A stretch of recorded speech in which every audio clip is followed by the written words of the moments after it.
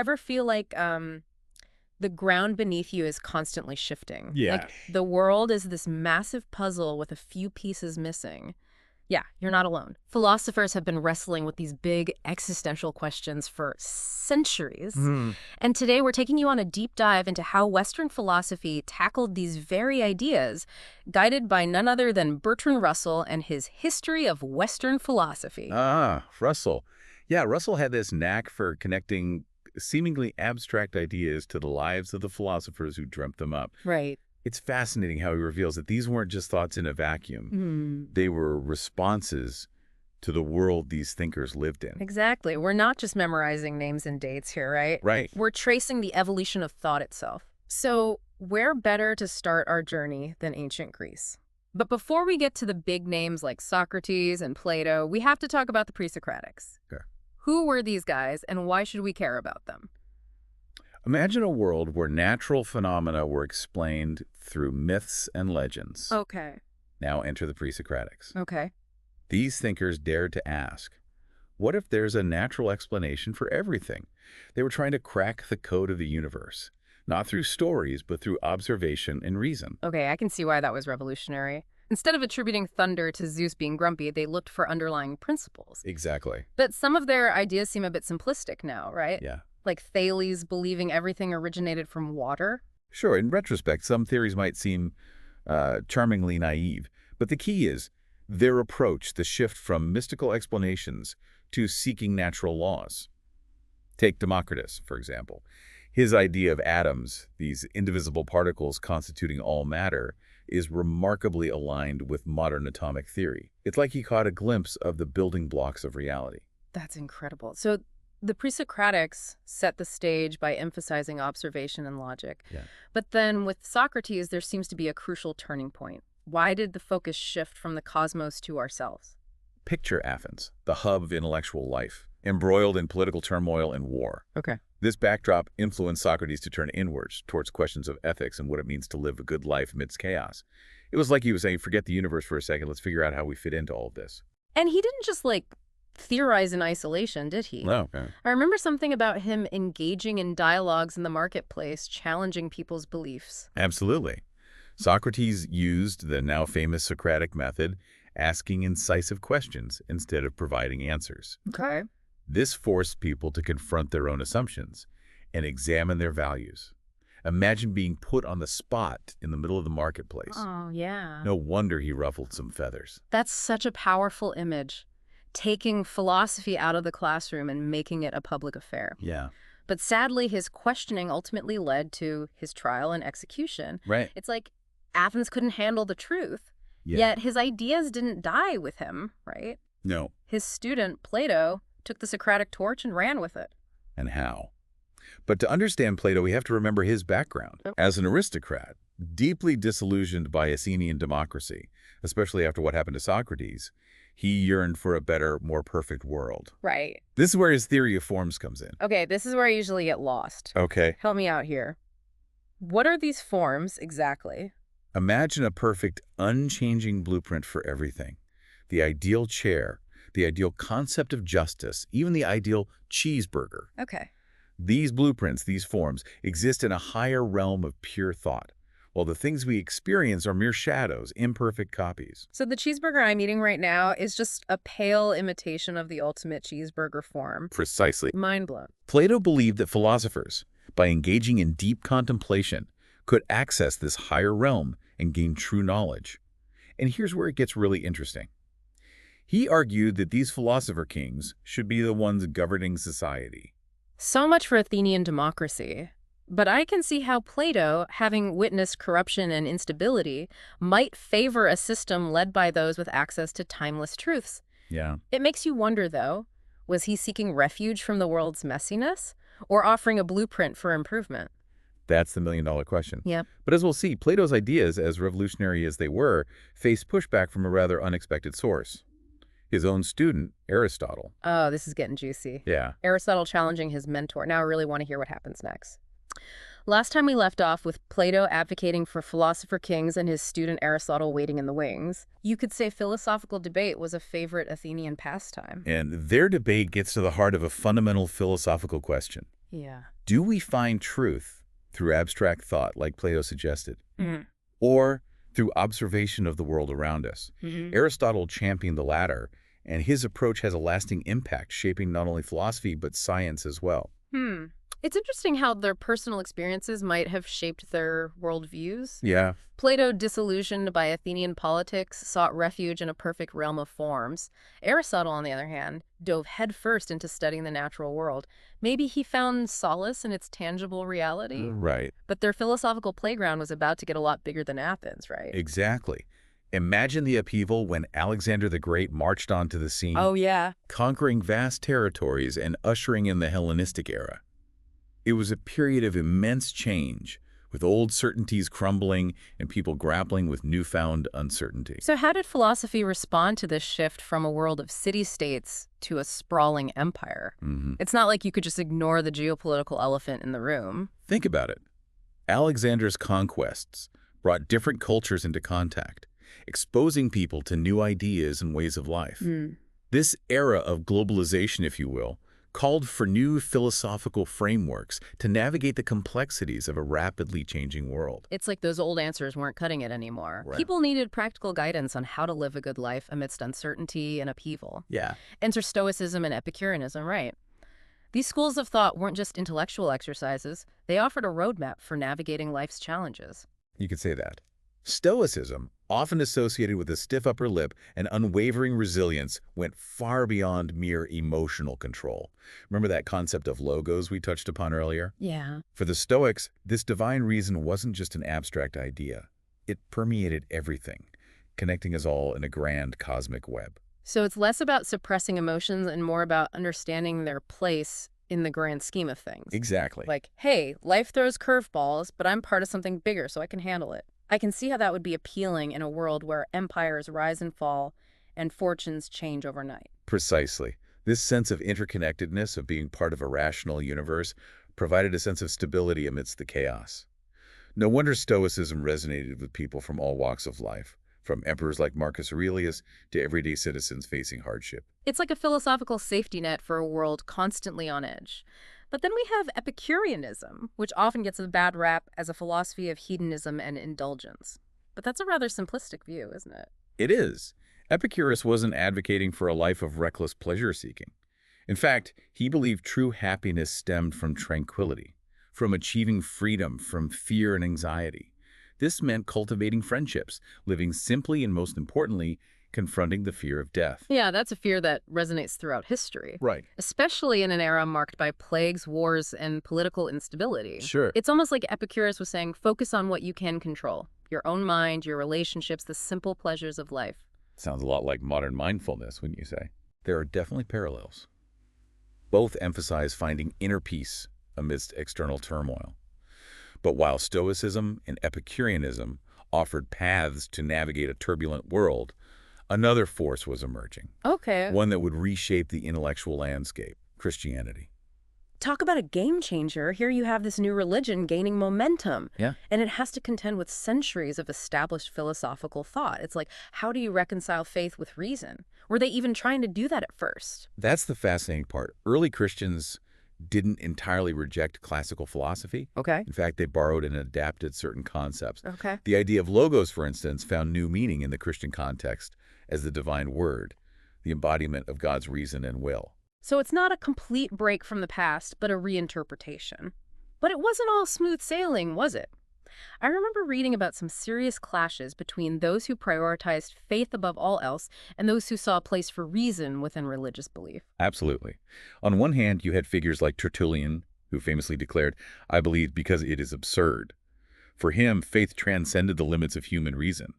On the other hand, you had towering intellects like St. Augustine, who wrestled with the relationship between faith and reason. Augustine, now there's a figure who straddled multiple worlds. Yeah. He wasn't just a theologian, but a philosopher, a historian, even a bit of a politician. His City of God, written against the backdrop of Rome's sacking, feels incredibly relevant even today. It's a testament to the enduring power of his ideas. In a world seemingly crumbling, Augustine offered a vision of two cities: the earthly city, driven by human desires and destined to fall, and the city of God, founded on divine grace and eternal. It's a powerful message, especially in times of crisis. But it wasn't just Christian thinkers shaping this era. Remember our friend Aristotle? Yeah. Well, he makes a surprising comeback, thanks to the Arabs. It's true. While Western Europe was grappling with its own upheavals, Islamic scholars were diligently preserving and translating Greek texts, including Aristotle's works. Centuries later, these texts made their way back to Europe, sparking a revival of classical learning. So Aristotle, once a major figure in ancient Greece, gets rediscovered and sparks an intellectual revolution in the medieval period. Talk about a plot twist. It just goes to show that the course of intellectual history is rarely linear. Yeah. Ideas have a way of resurfacing when we least expect it, often in transformed contexts. Yeah. And as we'll see, Aristotle's return had a profound impact on how thinkers like Thomas Aquinas sought to reconcile faith and reason in the centuries to come. This is what I love about exploring philosophy. Yeah. It's full of unexpected twists and connections across time and cultures. It's like piecing together a giant puzzle with each era adding its own unique pieces to the grand tapestry of thought. But I'm getting ahead of myself. Where do we go from here? It's amazing how these philosophical threads keep weaving through history. We've gone from the pre-Socratics trying to unlock the universe's secrets to the rise of Christianity reshaping the intellectual landscape. Yeah. It makes you wonder, where do you even go after Augustine's City of God? Well, you could say that a seed of intellectual curiosity, planted centuries earlier, was about to blossom. Remember how those lost Greek texts, diligently preserved by Islamic scholars, made their way back to Europe? Yeah. That sparked a wildfire of intellectual energy during the Renaissance. Ah, the Renaissance. It's like medieval thought got a serious upgrade. Yeah. Art, science, philosophy, everything was bursting with new life. But it wasn't just a rehash of old ideas, was it? It feels like there was a new boldness in the air, a willingness to challenge established norms. You're spot on. Thinkers, artists, and even political theorists started questioning long-held assumptions, fueled by a rediscovery of classical learning and a growing fascination with human potential. Right. This is where we meet a figure who embodies both the brilliance and the turbulence of the Renaissance, Niccolò Machiavelli. Machiavelli, the author of The Prince, a book often seen as a guide for ruthless rulers. Right. Wasn't he the one who said it's better to be feared than loved? He did say that, but to label him as simply cynical is to miss the nuance of his thinking. Remember, Machiavelli was writing in a time of immense political instability in Italy. He saw firsthand how rulers often resorted to deception and brutality to maintain power. So he was more like a political scientist, observing the mechanics of power without necessarily endorsing them. Precisely. The Prince can be read as a brutally honest assessment of how power operates in the real world, often at odds with ideals of morality. Some argue he was offering a pragmatic guide for rulers, a mirror for princes reflecting the harsh realities of their time. It's almost like he's saying, if you're going to play the game of power, here are the rules, whether you like them or not. But while Machiavelli was dissecting the intricacies of politics, a different kind of revolution was underway. The scientific revolution. And this one wasn't confined to political courts. It shook the very foundations of knowledge itself. Imagine a world where the Earth was considered the center of the universe, a view supported by both common sense and religious dogma. Until Copernicus came along and said, Hold my astrolabe. exactly.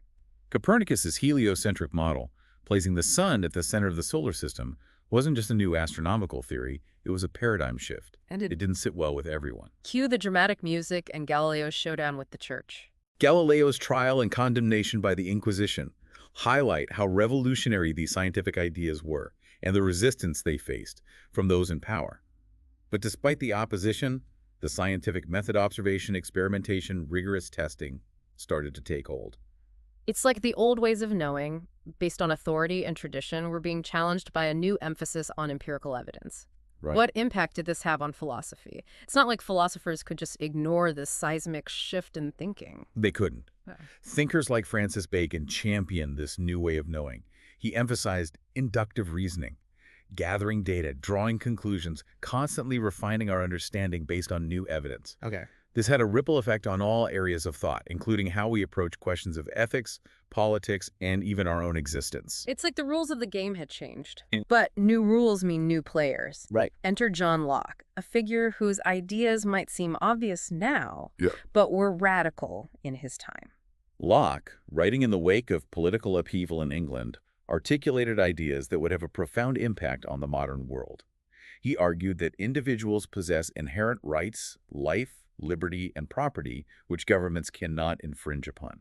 Didn't he also talk about the social contract, the idea that government derives its legitimacy from the consent of the governed? Absolutely. Locke believed that individuals voluntarily surrender certain rights in exchange for the protection of others, forming a government based on consent rather than divine right or brute force. These ideas, as you can imagine, had a huge influence on the American Revolution and the rise of democratic thought. It's amazing how these philosophical ideas, born centuries ago, continue to shape our world today. Yeah. But our journey isn't over yet. We've still got to navigate the intellectual whirlwind of the 19th and 20th centuries. And what a whirlwind it is. Get ready to grapple with thinkers like Hegel, Darwin, and Nietzsche, each of whom challenged the very foundations of knowledge, morality, and even our place in the universe. Okay, Hegel, confession time. His philosophy always makes my brain do backflips. Dialectics, historical determinism. It's a lot to unpack. Hegel is definitely not for the faint of heart. Right. But at the core of his thinking is this idea of history as a process of unfolding reason. Imagine a grand debate where each era, each set of ideas, clashes with its opposite, eventually leading to a new, more comprehensive understanding. So it's like history is a giant, messy conversation with each generation adding its 2 cents. Exactly. And while Hegel's system is incredibly complex, one key concept that resonates even today is the master-slave dialectic.